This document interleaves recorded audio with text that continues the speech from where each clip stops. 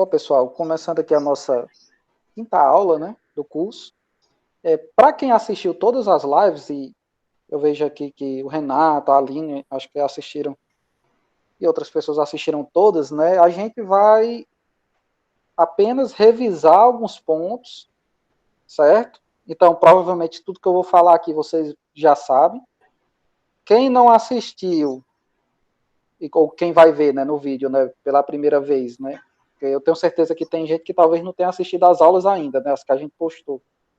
Então, é uma oportunidade de você ver o que é que a gente viu de mais importante.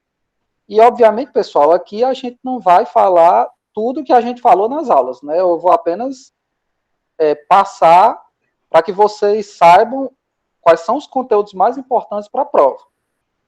E outro detalhe também, pessoal, que na prova, vocês procurem escrever, né, responder as questões de acordo com o que a gente viu nas aulas, né? Porque como a prova vai ser online, né, devido à pandemia, às vezes eu noto que eu dei essa disciplina como disciplina de férias agora em janeiro, e mesmo tendo as aulas não muda, o pessoal pesquisa, eu via que, pelo menos era a minha impressão, que o pessoal pesquisava na internet e respondia. Não que esteja errado, né? Porque se a resposta estiver correta, ok. Mas a chance de você acertar respondendo de acordo com o que a gente viu aqui nas disciplinas é maior. E não ter nenhum desconto de pontos, esse tipo de coisa, tá, pessoal? Então, dado esses avisos, né, vamos começar aqui, tá, pessoal? Primeiro, pessoal, na nossa primeira aula, a gente viu o que são os sistemas operacionais, né? E vocês vão lembrar, pessoal, que a gente deu uma definição, não é isso? Que um sistema operacional não, peraí. Que o sistema operacional é um sistema que opera em modo núcleo. Quem lembra o que é modo núcleo? Digita aí no chat aí. E que gerencia os recursos do computador. Então, pessoal, eu vou ficar com essa definição aqui mais enxutinha, tá, pessoal? Então, um sistema operacional, ele é um sistema que opera em modo núcleo, certo? Ninguém digitou, mas aqui a gente revisando, né? Modo núcleo é aquele tipo de sistema que tem acesso completo ao hardware do computador. Então, se uma instrução é possível de ser executada no hardware, o sistema operacional ele pode, porque ele tem acesso a isso. E ele gerencia os recursos do computador. Que recursos, pessoal? A gente viu na primeira aula. Processador, diferentes tipos de memória, a gente falou de memória principal, disco, cache, barramentos. Então, todos esses recursos, o sistema operacional é quem gerencia para que tudo funcione da melhor forma possível, certo? Nós vimos também, pessoal, na primeira aula, que existem duas características principais dos sistemas operacionais e dependendo de como você veja o sistema, né? A característica da visão top-down e da visão bottom-up. São duas características que são as principais características que definem esse tipo de sistema. Então, a primeira característica a gente viu utilizando a visão top-down. Nessa visão, pessoal, a gente viu que o sistema operacional ele implementa abstrações. Então, configurar direitinho aqui. Veja, pessoal, que eu não estou... como se trata de uma revisão, eu não estou falando tudo que a gente falou nas aulas, não. Até porque as aulas estão em média aí 30, 40 minutos, 1 hora, então não daria tempo de falar tudo de novo, né? E eu creio que vocês também querem uma coisa mais enxuta para que vocês possam estudar para a prova. Então, a gente viu que na visão top-down, o sistema operacional ele implementa abstrações. O que são essas abstrações, pessoal? A gente viu que gerenciar esses recursos, gerenciar memória, identificar em qual posição de memória um determinado dado ele precisa ser gravado, manipular bits, bytes, tudo isso é muito complicado, é muito complicado. Imagine que a gente fosse programar um sistema e tivesse que se preocupar onde no disco esse dado vai ser armazenado, em que posição da memória. Iria ficar muito complicado. Então, a gente viu que o sistema operacional ele abstrai esses conceitos, esses problemas difíceis e entrega para a gente uma interface, para nós programadores, para nós usuários, uma interface que é mais fácil de utilizar. Então, uma série de problemas é como se o sistema operacional ele já resolvesse para a gente e entrega para a gente ali mastigadinho, tá, pessoal? Então, isso é o que a gente chama que os sistemas operacionais eles implementam abstrações, certo?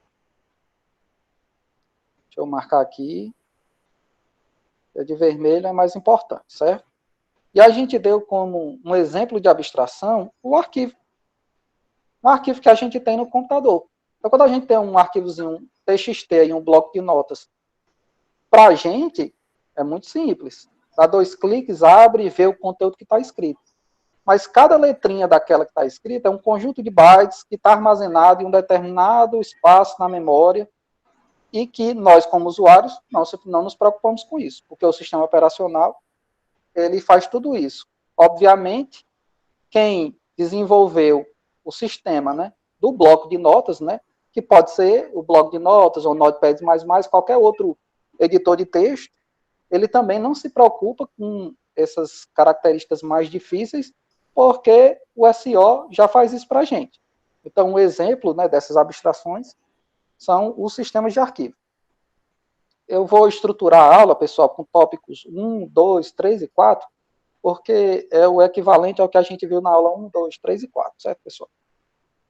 Também na aula 1, nós vimos que, além dessa característica dele abstrair conceitos difíceis e entregar para os programadores, para os usuários, conceitos de forma, uma interface para que você utilize o sistema de forma mais fácil, nós vimos também que, inclusive já até falamos na definição, né, que na visão bottom-up,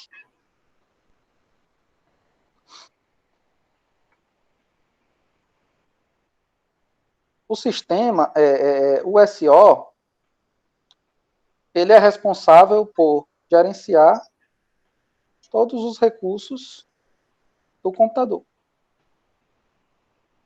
Então, numa visão de baixo para cima, né, digamos, nós vimos que o sistema operacional ele é responsável por gerenciar todos os recursos de hardware de forma que todos funcionem de forma harmônica e assim a gente consiga utilizar o computador da melhor forma possível. Então, aqui eu vou marcar essa palavrinha aqui como sendo esse gerenciamento é a outra característica importante do SO numa visão bottom-up, certo? E nós vimos também, pessoal, nessa aula, que esse gerenciamento desses recursos, a gente pode dar o nome de quê? Multiplexação, certo? E essa multiplexação, ela pode ocorrer tanto no tempo, como no espaço. Então, pessoal, vamos relembrar o que era a multiplexação no... Opa, ainda ficou 2 S aqui. Vamos relembrar o que era a multiplexação no tempo. Imagine que você tem dois programas, eles tentando executar as suas instruções, né, ao mesmo tempo pelo um processador, e o seu computador tem um processador. O sistema que vai definir a ordem, dizer que um programa A ele vai executar agora no processador, e que o programa B tem que esperar, e que depois de passado um tempo, depois que ele executou uma parte ou as suas instruções completas, ele troca os programas que estão sendo executados, ou seja, quem é que diz a vez de cada um de ser executada no processador, a gente chama isso de gerenciamento do tempo, pessoal. Ele está gerenciando a vez dos programas, ele está gerenciando o tempo de cada programa utilizar o processador, certo? Isso aí é a multiplexação no tempo. Mas além da multiplexação no tempo, além desse gerenciamento no tempo, existe também um gerenciamento no espaço. Então, por exemplo, você tem uma memória principal, uma memória RAM, que lá vão estar armazenadas diversas instruções e dados que os programas, que os softwares, eles precisam para ser executados, e você não pode ter um único programa ocupando todo o espaço da sua memória RAM. Então, tem que haver um gerenciamento desse espaço, e quem faz esse gerenciamento é o sistema operacional, gerenciamento de processos no tempo, gerenciamento de memória. Nós ainda veremos nas unidades 2 e 3 quais são os algoritmos, como é que o sistema operacional ele faz esse gerenciamento, a gente vai ver mais para frente. Então, agora a gente está vendo que o sistema faz isso. O como ele vai fazer isso, a gente vai ver no decorrer do curso, certo? Então, pessoal, na aula 1, o que é que nós vimos de importante? Sistemas operacionais, o conceito. E os sistemas operacionais, eles gerenciam um sistema complexo. Que sistema complexo é esse? O computador. Por quê? Porque ele tem diversas partes, diversos componentes, e operacionalizar isso tudo não é uma tarefa fácil. Não é tanto que você não vê sistema operacional aparecendo todo o tempo por aí. Os sistemas operacionais, eles têm duas características principais. Primeira, abstração de coisas difíceis para nós, usuários e programadores, certo? Utilizarmos os recursos da máquina, do computador, de forma mais fácil e gerenciar todos esses recursos do sistema complexo. Esse gerenciamento, ele se dá no tempo e no espaço. Então, aqui nós vimos um resumo da nossa primeira aula, certo? Óbvio que tem informações lá que eu não citei aqui, certo, pessoal? Para quem ainda não assistiu, quem está vendo esse vídeo, quem não assistiu ainda às aulas, na nossa segunda aula, pessoal, nós estudamos a história dos sistemas operacionais. E lá nós vimos, pessoal, que existem algumas gerações de computadores que foram surgindo desde a década de 50 e que os sistemas operacionais que eram utilizados nessas máquinas, eles, à medida que as máquinas, que o hardware ia evoluindo, o sistema operacional, ele ia evoluindo também. E nós vimos algumas... Boa noite. Júnior, a aula de hoje, né, é uma revisão para a prova, certo? Então, como eu falei inicialmente, a gente está vendo os conceitos mais importantes que nós vimos nas outras aulas, e que essa aula daqui, ela sirva como um guia para que vocês estudem para a prova, certo? E eu também falei, né, que é importante que na resolução da prova, que vai ser online, procurem sempre responder de acordo com o material, com as aulas que a gente está postando, né? Apesar de que você pode achar a resposta correta na internet, em outros materiais, etc., mas procurar sempre responder de acordo com o que a gente viu na aula, né? Porque a chance de você não ter nada descontado na questão é maior, ok? Então, pessoal, na primeira aula, nós já revisamos a primeira aula. Na segunda aula, nós revisamos, nós vimos a história dos sistemas operacionais. Então, nós vimos que existiu a primeira geração de computadores que surgiu lá na década de 50, certo, pessoal? Esses computadores, eles faziam os cálculos, eles eram baseados em válvulas, certo? Então, guardem essa informação, né, que eles eram, basicamente, o seu funcionamento era baseado em válvulas, etc. A segunda geração, pessoal, qual foi a novidade desses computadores, pessoal? O aparecimento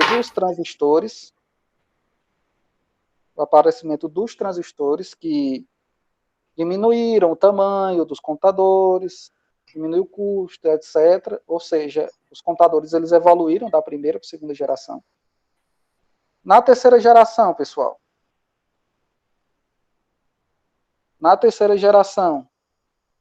o que é que nós tivemos de novidade? Os circuitos integrados. Então, começou os computadores mais primitivos e os sistemas que rodavam nesses computadores,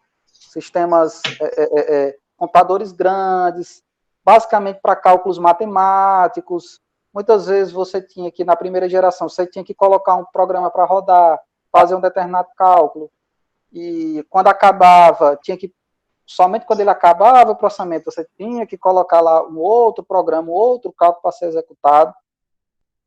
Quando dava problema numa válvula, o algoritmo o resultado já ia sair errado, certo?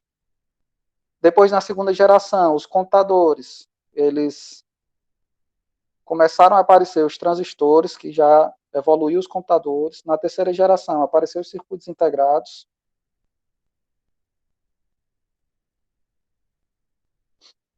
Na quarta geração,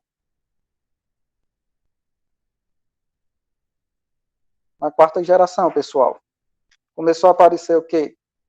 O que é que teve de novidade nos computadores? Os microprocessadores.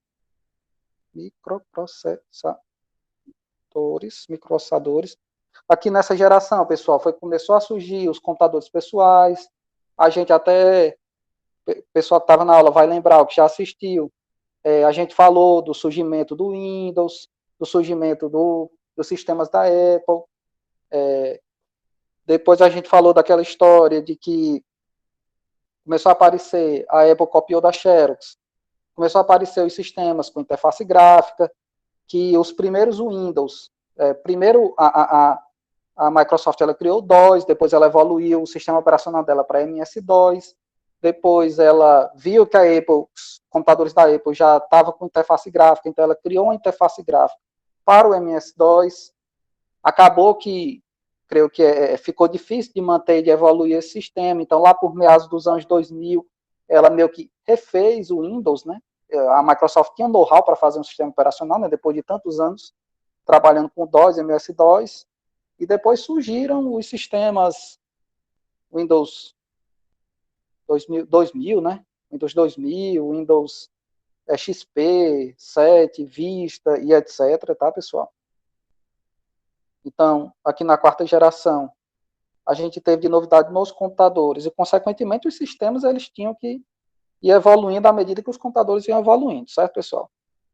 Então, na quinta geração teve novidades os microprocessadores, na quarta geração os microprocessadores, e na quinta geração é a geração meio que a gente está, né?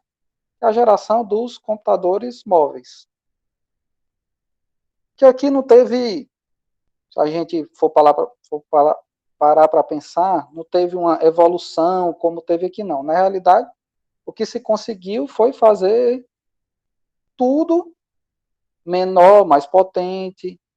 Enfim, a bateria. Né?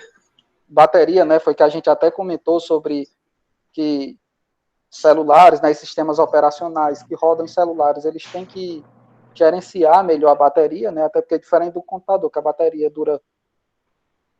Eu não vou nem dizer que é 2 horas, porque todo notebook, às vezes, eles vêm com 2 horas, mas quando você começa a usar com pouco tempo, já está durando ali 1h20 de bateria. Depois que passa um tempo, meu amigo, só ligado na tomada. Pelo menos o meu, já tive 3 notebooks e todos 3 depois de um tempo. Não, todos 3 depois de um tempo, desligou da tomada, desligou o computador. Tá, pessoal? Acaba que não é mais móvel. O meu aqui já não é mais móvel, não.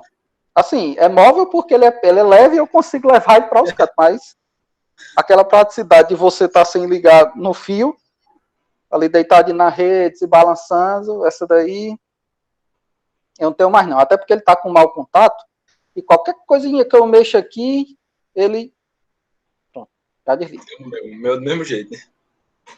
Pois é, pessoal. Então, guardem essas evoluções aqui, dessas gerações, o que é que aconteceu de importante nos computadores em cada geração, certo? E, basicamente, na aula 2, a gente viu a história dos computadores, vimos também outros detalhes de sistemas operacionais, e tem mais relevante é isso aqui que vocês precisam se atentar, né? Depois, pessoal, nós chegamos na nossa terceira aula. Na nossa terceira aula. E na nossa terceira aula, pessoal, nós vimos o quê? Os tipos de sistema operacional, ou seja, Nós vimos na primeira aula o que são sistemas operacionais, quais são suas características. Vimos na segunda aula a história dos computadores barra sistemas operacionais. E na nossa terceira aula a gente viu os tipos de sistemas operacionais. E é dessa aula aqui, que quem estava na aula lembra, que vai sair a atividade online, a primeira atividade online, pessoal, que eu devo estar postando, talvez quarta-feira, eu acredito que eu já posto a atividade, certo? A gente viu o quê, pessoal? Primeiramente, pessoal, sobre tipos de sistemas operacionais, nós vimos a diferença entre monoprocessamento versus multiprocessamento. Pessoal, antigamente os computadores eles só tinham um processador. Esse processador só tinha um núcleo, e os sistemas operacionais eles eram feitos para rodar nessa arquitetura, digamos assim. Os computadores foram evoluindo e começou a surgir o quê? Os computadores com multinúcleos, com múltiplos processadores.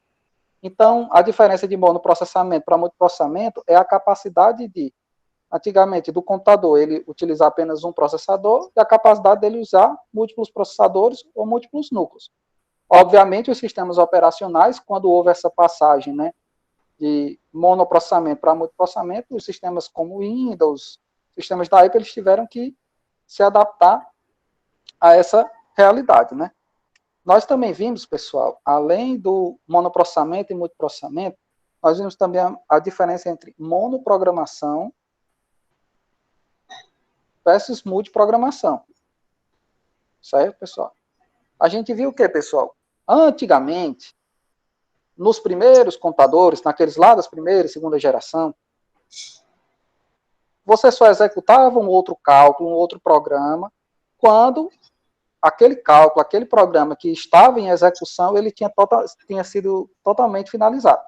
Então, você finalizava um programa e depois você começava outro. Surgiu, pessoal, uma questão muito importante, que era o quê? Às vezes, o programa ele precisava ler um dado em algum determinado local, no disco, etc., e demorava muito, para o processador, demorava muito ele buscar esses dados no disco e voltar para continuar o processamento. E o Ou processador... até mesmo do usuário, né, Felipe? Tipo, ou ele até fica mesmo do esperando um usuário. dado do usuário. Exatamente, às vezes no formulário, né? Tem um formulário que o usuário tem que preencher. E as pessoas que trabalhavam, né, com computação, eles viram que o processador ficava ocioso, enquanto estavam esperando um dado que foi ser buscado no disco, ou esperando um dado que o usuário precisava digitar, como o Ben André falou. E o processador ficava lá, de cara para cima, descansando, sem fazer nada. E eles pegaram e disseram, rapaz, isso aqui não está sendo eficiente. Porque no lugar, enquanto ele está esperando algum dado chegar, o processador poderia estar executando instruções ou buscando ou elementos de outro programa. Então, daí, os sistemas, eles evoluíram de tal forma que o sistema operacional, ele meio que hoje, mesmo o sistema tendo um processador só, para você que é usuário, você pensa que os programas, eles estão sendo executados em paralelo. Mas, na realidade, o que o SO está fazendo, ele está trocando de programa bem rápido, né? O processador está executando instruções de um programa, depois ele muda, executa instruções de outro programa, depois de um terceiro programa, volta para o primeiro programa, e assim sucessivamente. De tal forma que, para o processador, ele está executando um programa por vez. Mas para a gente pensa que está em paralelo. Então, monoprogramação era quando ele executava um programa, tinha que esperar, executava outro programa, esperava, tinha que executar outro programa. E multiprogramação é quando ele consegue usar, digamos assim, 100% do recurso do processador e executar diversos programas ao mesmo tempo. Ao mesmo tempo, em relativo a nós, usuários, né? Para o processador, ele está executando um de cada vez. Mas é essa característica, a gente dá o nome de diferença entre monoprogramação e multiprogramação. Vou até marcar aqui. Tópicos importantes, tá, pessoal? Visto isso, pessoal, a gente começou a ver uma série de tipos de computador e, consequentemente, de sistemas operacionais para esses computadores, né, pessoal? Nós vimos, primeiramente, pessoal, os computadores de grande porte, que a gente podia chamar o nome de mainframe, né? A gente pode chamar de mainframe, que a gente falou, pessoal, que qual é a diferença de um mainframe, de um computador de grande porte, para um computador pessoal da gente? Recurso, pessoal. Quantidade de processadores, quantidade de memória RAM, quantidade de HD, os recursos deles são muito grandes, muito maiores, são muito caros, tá entendendo? São computadores, pessoal, para executar processamentos de dados massivos, digamos assim. Então, imagine um Google da vida, muita gente pesquisando tudo, então para ele buscar, para ele processar todos esses dados, buscar em todas as bases da internet que estão indexadas e tal, você imagina o processamento. Então, isso vai ser feito no mainframe. E é importante mencionar que esses computadores, pessoal de grande porte, a principal característica deles é processamento em paralelo. Ele tem múltiplos processadores, muito recurso, e ele tem que processar as coisas em paralelos para uma operação que ia demorar muito tempo ser feita de maneira mais rápida. Certo? Nós vimos também, pessoal, que além dos computadores de grande porte, dos mainframes, a gente tem os servidores. Se a gente descer, pessoal, importante, a gente viu, pessoal, que tem sistemas operacionais, inclusive distribuições Linux, que são mais indicadas para esses computadores, como, por exemplo, o Red Hat, tá, pessoal, que é uma distribuição que ela já tem recursos, ela já é otimizada para ele conseguir, né, usar todos os recursos de uma máquina dessa, né, pessoal? Não adianta você instalar lá qualquer sistema e ele não vai usar todos os recursos que a máquina tem. Certo, pessoal? Então, se a gente descer, pessoal, um pouquinho aqui na quantidade de recursos que os computadores têm, a gente tem os servidores, pessoal. Servidores são, basicamente, computadores que são muito utilizados para servidores web. Então, esses computadores, pessoal, que a gente hospeda um site, que a gente, por exemplo, contrata um DigitalOcean da vida para colocar um site lá. Pronto, esse computador que a gente coloca, esse nosso site, que a gente vai fazer deploy para lá, eles são servidores, e, obviamente, você também tem distribuições Linux, como, por exemplo, o Ubuntu Server, que aproveita melhor esses recursos, que são recursos maiores do que um computador pessoal, tá, pessoal? Então, a gente também tem sistemas operacionais mais específicos para esses computadores. O objetivo de você especificar, pessoal, de você mudar um sistema operacional para esses computadores maiores, é basicamente para ele aproveitar todo o recurso que a máquina dispõe. Então, não adianta você ter uma Ferrari e o piloto ser ruim. Não é verdade, pessoal? Você tem um carro muito potente, mas tem um cara que não sabe dirigir. Então, você vai conseguir extrair 100% da máquina, do carro, da Ferrari, em termos de corrida? Não. Mas se você coloca um piloto experiente ali, você consegue extrair muito mais daquela máquina. É como se fosse o mesmo princípio. Você tem um SO, que tem alguns recursos a mais, tem algumas características a mais, que eles que são necessários para utilizar todos os recursos desses computadores, sejam servidores, sejam mainframes. A gente também viu um tipo, pessoal, que não é bem um tipo de computador, mas se a gente olhar o histórico, porque nem sempre os computadores foram multiprocessados, certo? E são os multiprocessadores. Esse computador está aqui, pessoal, porque nem sempre, pessoal, os computadores tiveram, principalmente os computadores pessoais, né? Eles tiveram múltiplos processadores. Então, na época, o sistema operacional não precisava se preocupar com múltiplos processadores, com múltiplos núcleos, etc. Por quê? Porque os computadores só tinham um processador. Só que à medida que os computadores evoluíram, múltiplos núcleos apareceram, sistemas operacionais, aqui já Windows, esses Windows que a gente viu na história, iOS, etc., eles precisaram se adaptar para utilizar os recursos desses computadores, esses multinúcleos, tá, pessoal? Nós vimos também os computadores pessoais e os sistemas operacionais. Computadores pessoais são os computadores que a gente utiliza, tá, pessoal? E o que é que a gente viu o que é que um sistema operacional para um computador pessoal ele tem que ter? E o que é que foi que popularizou bastante? Por exemplo, os sistemas Mac, na época que eles surgiram, digamos assim, né, e pouco tempo depois. Um sistema operacional, pessoal, para um computador pessoal, ele tem que ser, quem aqui lembra da aula, ele tem que ser amigável ao usuário. Obviamente, ele tem que gerenciar multiprocessadores, ele tem que ser rápido, etc., mas ele tem que ser de fácil utilização. Então, tanto começou-se com os sistemas da Apple, né? Depois que eles pegaram lá da Xerox e tal, interface gráfica, porque isso facilitou bastante quem não é da computação de utilizar. Você imagina, pessoal, se até hoje a gente tivesse que usar, ter que fazer tudo, ter que dar um comando para poder mover um arquivo de uma pasta para outra, né? Eu imagino minha mãe fazendo um negócio desse, né? Ela não iria utilizar o computador. Então, a bichinha, com certeza ela ia desistir e ia pedir para mim fazer. Tenho certeza. Então, os computadores pessoais, e principalmente aqui os sistemas operacionais para esses computadores, pessoal, eles têm que ser o quê? O mais fácil possível. Não é tanto, pessoal, que depois que a Apple começou, o Windows teve que fazer interface gráfica para os computadores pessoais. E depois o Linux começou a aparecer diversas distribuições com interface gráfica, que é justamente para que você seja mais amigável ao usuário final.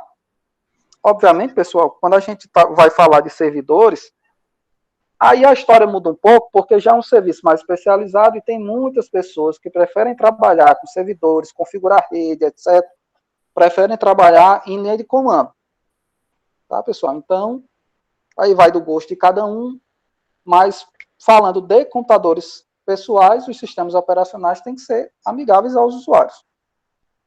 Depois surgiram, pessoal, os computadores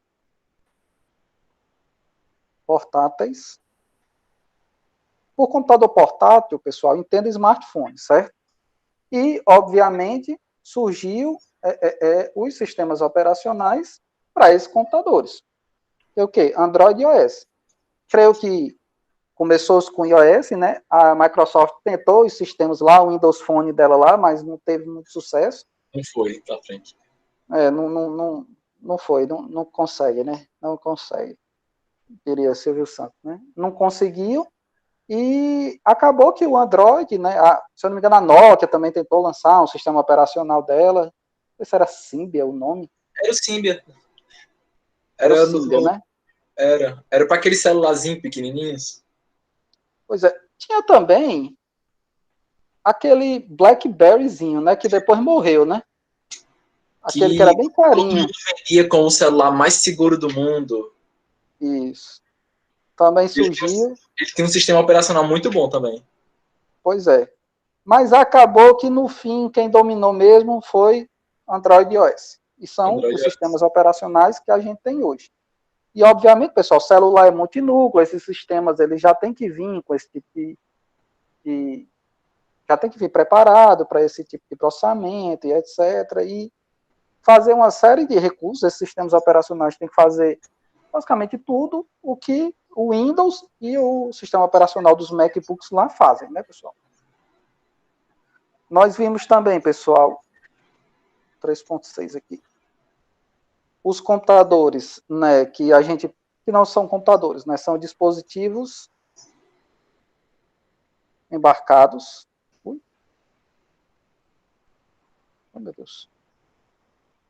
Que existem um sisteminha ali, né, em qualquer dispositivo embarcado, geladeira, micro-ondas, tudo tem um sisteminha rodando ali, e que quem vai lembrar, pessoal, da discussão, com base nas características de um SOS, ter acesso ao modo núcleo, abstrair, gerenciar recursos, esses sistemas que rodam nesses dispositivos embarcados, eles são SOS ou não? A gente ficou com essa questão no dia dessa aula, E eu já adianto que a atividade online 1, ela vai estar sobre esse tema, tá, pessoal? Na verdade, eu ainda não formalizei, mas eu vou pedir para que vocês definam as características de um SO e discorram, né, sobre se sistemas que operam nesses dispositivos embarcados e também dispositivos 3.7 e nós sensores. Sistemas que operam em sensores, sistemas que operam em dispositivos embarcados, eles, de acordo com as características de SOS e de acordo com o seu entendimento, eles são sistemas operacionais ou não? Esses sistemas podem ser sistemas operacionais ou não? Obviamente, pessoal, eu já adianto que vai ter gente que vai responder que são sistemas operacionais. Por quê? Porque ele opera e gerencia o hardware ali, ele está operando em modo núcleo, gerenciando o hardware daquele dispositivo. E outras pessoas, por exemplo, vão dizer que não, porque ele seria muito rudimentar e não teriam todas as ferramentas de um sistema operacional moderno, digamos assim. Então, já adianto, né, pessoal, que ambas as respostas vão estar corretas, sabe? Vocês não vão perder pontos se você escolheu que é ou não é sistema operacional, mas a resposta ela vai ter que ser fundamentada de acordo com as características de SO e etc. Então, adiantando aqui, já para quem está aqui na aula ao vivo, né, que a atividade online 1 ela vai ser sobre esse tópico, sobre esse tema. Ok, pessoal? O que é que vocês acham? Está tranquilo? Tá tranquilo? Tá boa a atividade? Eu, particularmente, acho interessante. Você não precisa saber. Oi? Eu acho que tá ok, tá bom aí. Porque, na realidade, é uma discussão, né? E faz vocês pesquisarem, faz vocês... Então, pronto, pessoal. Eu vou formalizar ela... Uma questão que foi levantada na aula passada, eu estou meio esquecido. Depois da Covid, eu fiquei esquecido de muita coisa, mas... que era com relação a uma questão que ficou na dúvida sobre... Ficou uma questão que você disse que ia colocar na atividade para a gente fazer essa discussão. Era muito importante. Eu não estou lembrado disso, não lembrei qual foi. Era essa aí, eu acho. Essa daqui foi a mais, a da aula passada, não foi a do bolo, não? Sistemas de cartão. Cartão foi. perfurado, os cartões perfurados. Você ia pedir para eles explicarem como é que era feito. Não, já lembrei, foi sobre software. O que era um software. E aí houve aquelas questões, aquelas discussões entre o software que é realmente planejado e construído e aqueles softwares que são postos nos produtos, nas máquinas, nas máquinas que eles não são... faltou os pedaços. São incompletos. A gente ainda vai revisar a aula 4, mas eu lembro que a gente teve um negócio de cartão, não foi que faltou, porque deu 8 horas, acho que a aula já estava com meia 1h30, e a gente não viu isso, né? Então, pessoal, a gente não viu e passou despercebido eu colocar no fórum, acabou que a gente vai ficar até, nós vamos ver até o quê? Ainda faltou um aqui, pessoal, que era o quê? Os sistemas de tempo real. Após os sistemas de real, tinha um sistema de cartão, que a gente, eu não sei se eu ainda coloco, valendo um pontinho extra, meio pontinho extra no fórum, o que é que vocês acham aí? Será que era bom? Eu sei que ponto extra aí, vocês gostam, né? Isso, Acho que ainda dá tempo, a unidade ainda não acabou, a prova ainda vai estar. Porque faltou os sistemas que não deu tempo de ver. Sistemas de cartão inteligente, né? Essa semana, pessoal, essa semana aqui, nós vamos colocar isso aqui para vocês discutirem no fórum, valendo um pontinho extra aí para vocês na prova, certo? Que a gente ia fazer isso na aula 3, acabou não fazendo, mas a gente faz essa semana, porque a prova ainda vai ser no próximo mês, ainda no começo do próximo mês, então não tem problema não.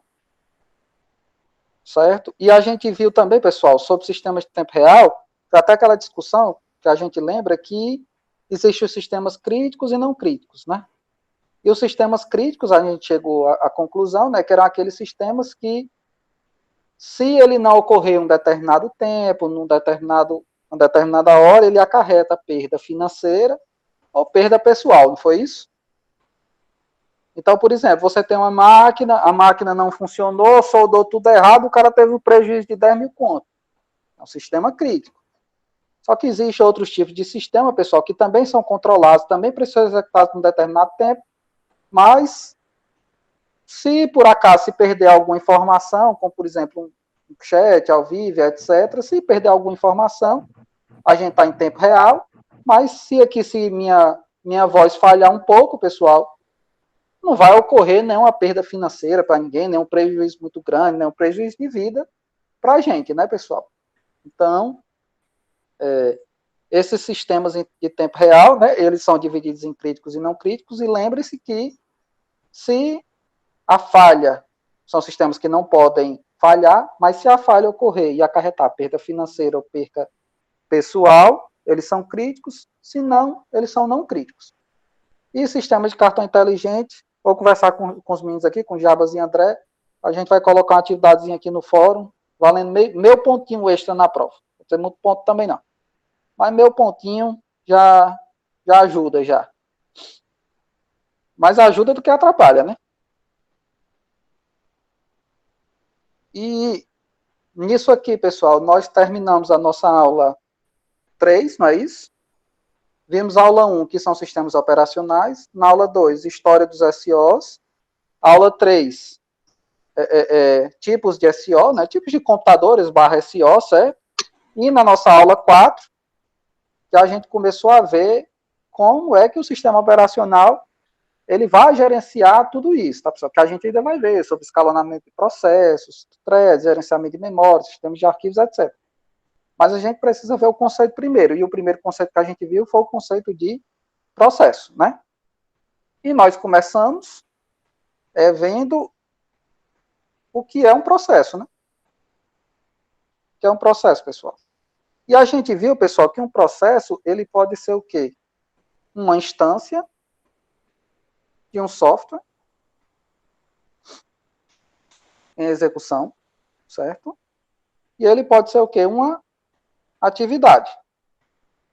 Sobre instância, pessoal, a gente lembra daquele exemplo que eu coloquei, que até tinha uma figurinha, tá, pessoal? Quem não estiver lembrando de algum desses conceitos, pessoal, volta lá na aula, as aulas estão postadas todas, né?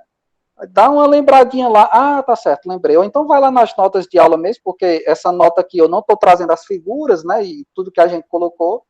Vai lá nas notas de aula, que eu também postei lá na biblioteca da disciplina, e dá uma olhada para dar uma lembrada lá. A gente falou, pessoal, daquele exemplo do Chrome, que você abre dois Chromes, digamos assim, né? Num você abre com uma aba, num você abre com 3 abas.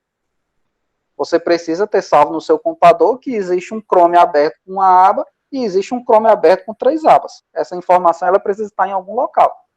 Então, essas informações, elas são um estado de uma instância de um software.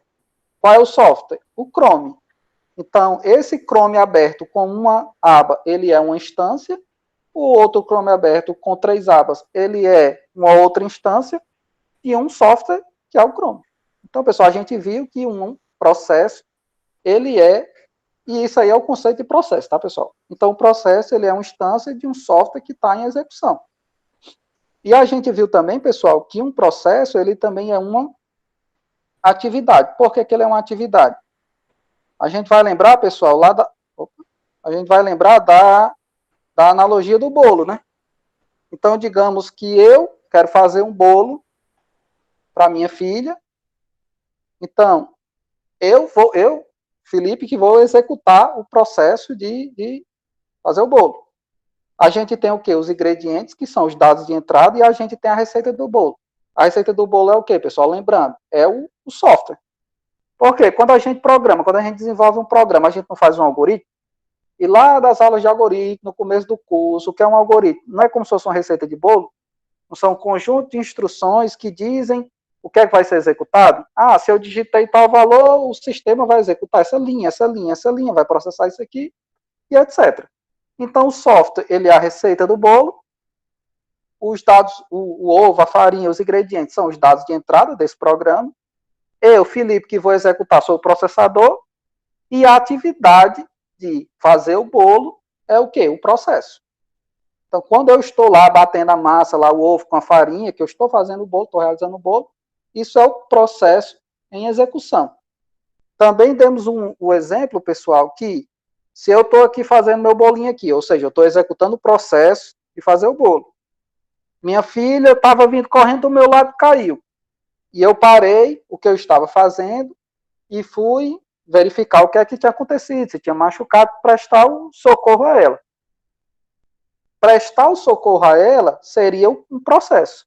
Então, eu parei o processo de fazer o bolo, executei o outro processo de ver se estava tudo ok com ela, estava tudo ok, voltei para o processo de fazer o bolo. E que na prática, pessoal, o computador ele faz isso.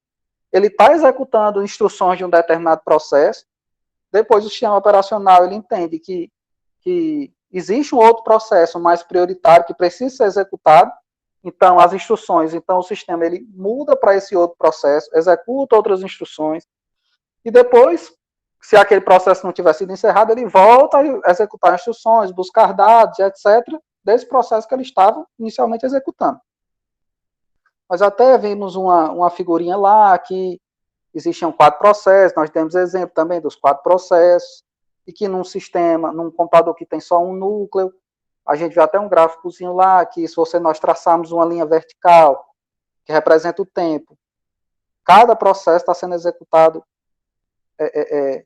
um por vez, né, digamos assim, né, se o computador ele só tem um processador. Então, nós demos esse exemplo desses 4 processos e demos esse exemplo da analogia do bolo para indicar que um processo ele é uma atividade que o computador executa de um determinado software. Quando ele está executando um determinado software, aquilo ali por trás, para o computador, é um processo. Tá ok, pessoal? E como eu já falei, né, eu não vou trazer tudo o que a gente viu nas aulas, né, mas para vocês relembrarem o que é mais importante, né, pessoal? E depois que nós vimos o que é o processo, nós vimos também, vou colocar aqui 4.1, quais são as atividades que criam um processo, né? Então, a gente viu sobre a criação de processo. E a gente viu que tem 4 atividades principais. Quando é que um processo é criado? Na inicialização do sistema. Quando você liga o computador, que o sistema inicia, uma série de processos ali, eles são inicializados, certo? Um processo, ele pode ser criado por outro processo.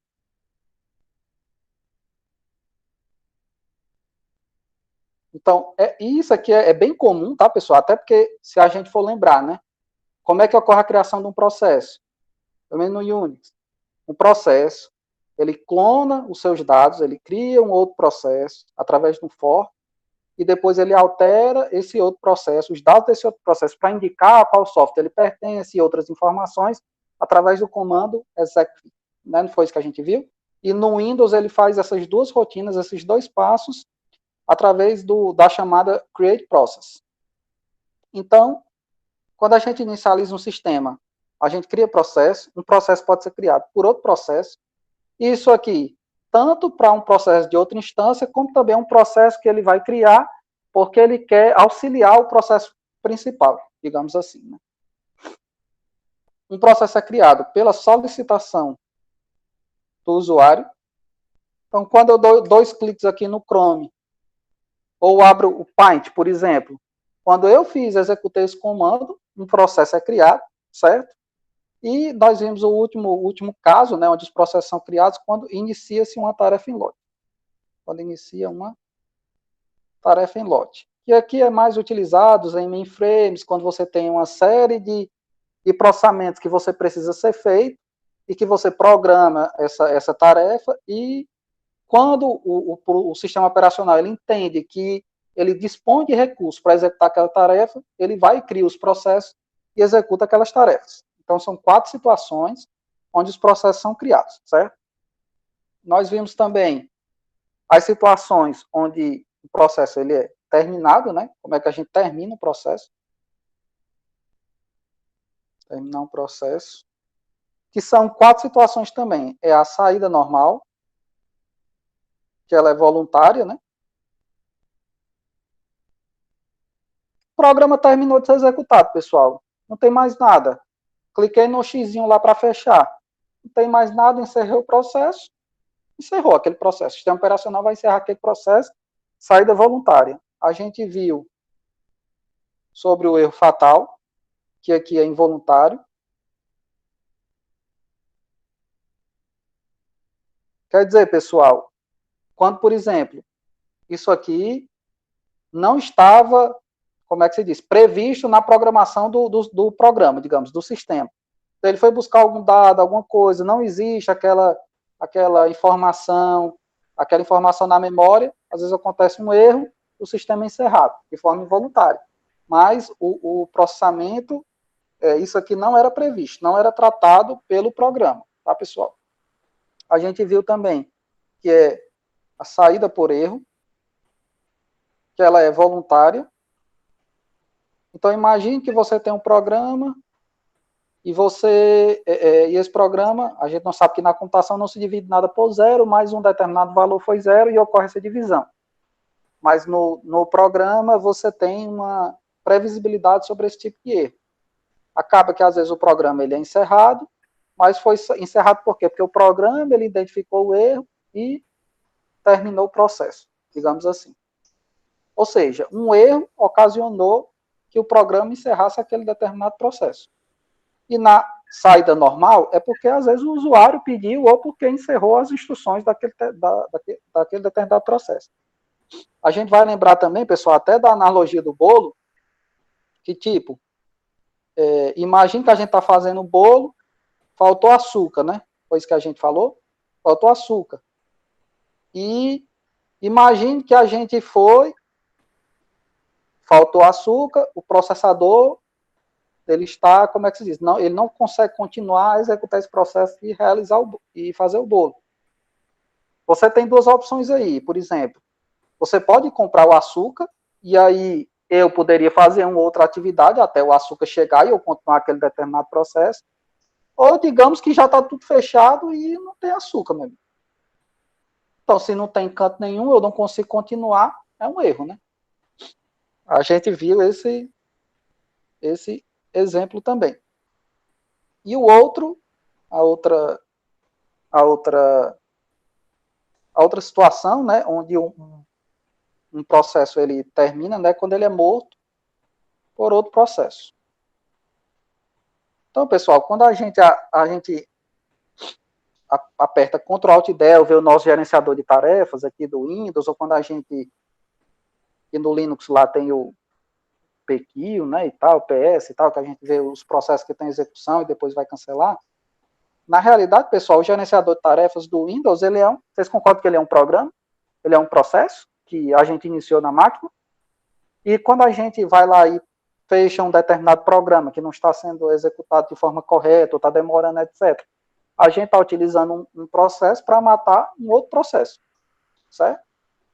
Então, essas 4 são 4 formas onde um processo ele pode terminar do ponto de vista dos sistemas operacionais. Depois de ver o que é um processo, como é que um processo é criado, como é que um processo ele é terminado, nós vimos também, pessoal, sobre hierarquia de processo. E aqui foi basicamente a gente discutiu a diferença do Windows para o Linux, não foi? E no Linux a gente diz que ele tem uma hierarquia de fato.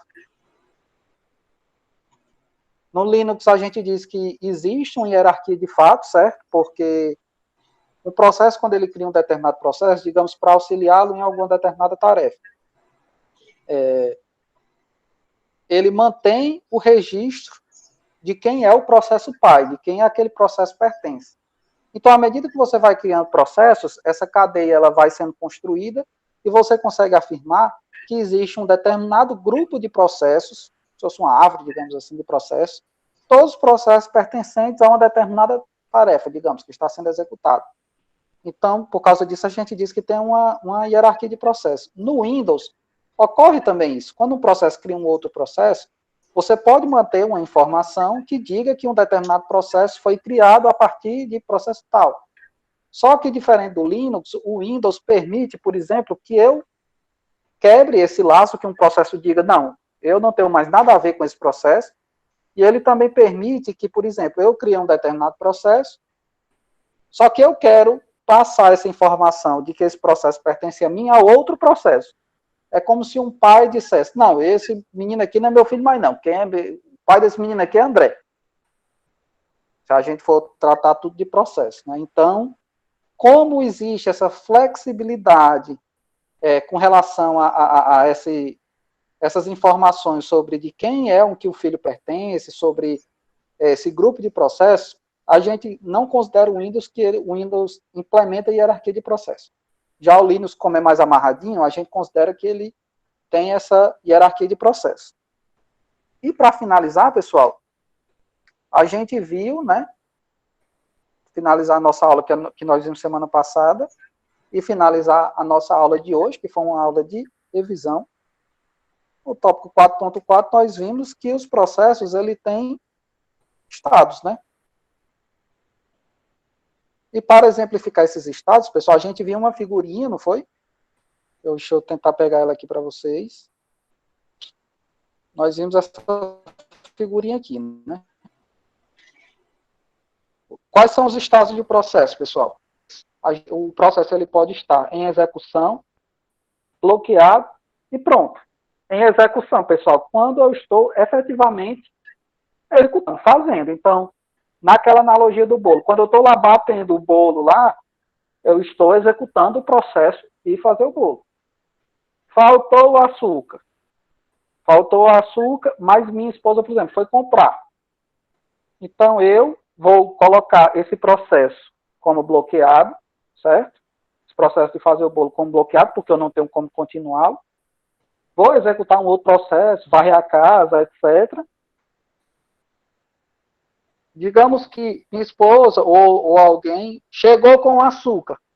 Então, assim, teoricamente, está tudo pronto para que esse processo seja executado novamente. Então, o processo ele estava em execução, faltou o açúcar, foi para bloqueado.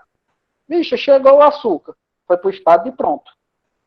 Mas não é porque chegou o açúcar que eu automaticamente tenho que executar esse processo. Espera aí, meu amigo, calma aí, você faltou açúcar, deixa eu terminar de varrer aqui, que aí depois eu continuo a fazer o bolo. Então, nesse momento, pessoal, esse processo ele vai estar no estado de pronto, e quando eu terminar um determinado processo, terminei de varrer a casa, que eu vou continuar a fazer o bolo, esse processo passa de pronto para em execução novamente. Então, utilizando a analogia do bolo, a gente vê que os estados do processo e como eles podem transitar de um processo para outro. Né? Felipe, tipo, em resumo, um processo bloqueado é quando ele está aguardando alguma operação de entrada e saída, e o processo pronto é quando essa operação de entrada e saída foi concluída e ele está ali aguardando para o processador pegar ele para ser executado novamente, né? Exatamente. Lembrando, pessoal, que nem sempre o processador ele troca um processo porque está faltando alguma coisa, tá, pessoal?